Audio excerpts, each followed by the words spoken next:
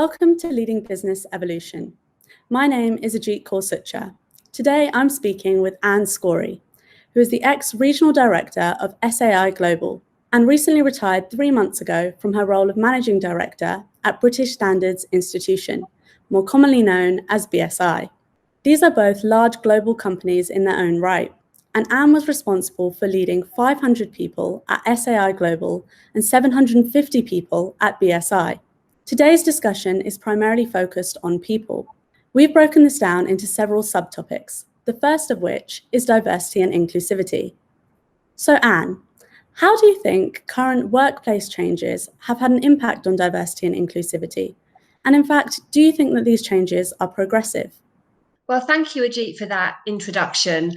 And I'm delighted that we're actually talking about people, and particularly starting off with diversity and inclusivity, because I think that's so important. And I think a lot of businesses struggle with diversity and inclusivity, but a business is a service or a product, and without the people and without the right people there, you're never going to be a successful business. In relation to diversity and inclusivity, I think that when we come out of this pandemic that we're currently in, as we slowly release the restrictions, I think there are going to be huge positive benefits for diversity and inclusivity.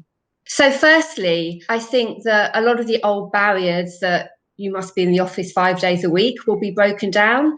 That's going to give us a much wider pool of people that we can recruit from, either across the UK or outside of the UK, because I think everyone's going to realise that you don't need to be in the office 5 days a week to be a highly effective and successful person. And I think that in alone will enable people to have a different approach to recruitment and to actually look at recruiting more diverse people, because you will be able to go out to a much bigger pool of people. In terms of inclusivity, I think that it will have a good and really beneficial impact on inclusivity.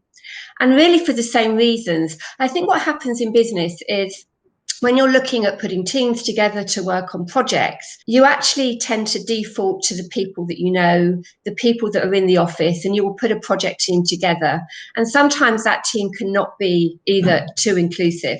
Again, I think that what we will have learned, the lessons we will have learned actually from this pandemic, is that we will be able to put extremely diverse and inclusive teams together, because we will be able to bring people together using the technologies that we've now all become very comfortable with. Although at the moment, maybe things don't feel so inclusive because everybody's working at home and maybe people are starting to feel quite isolated because of the time. I think when we start to come out of this, I think there's going to be a lot more inclusivity in terms of being able to bring different people together with the right skill sets around different parts of the country, because we'll be so confident with the technology and how effective we can actually be working together. Following on from that, Anne, do you think that there is an argument for positive discrimination within recruitment to hire minority groups? So fundamentally, I am not for positive discrimination. I always think that you should be looking to recruit the best person for the role. But there is a big however wrapped around that statement, and that is unconscious bias. Everybody has unconscious bias. It's just we're human. It's part of our DNA. We tend to want to be with people and recruit people who are like ourselves.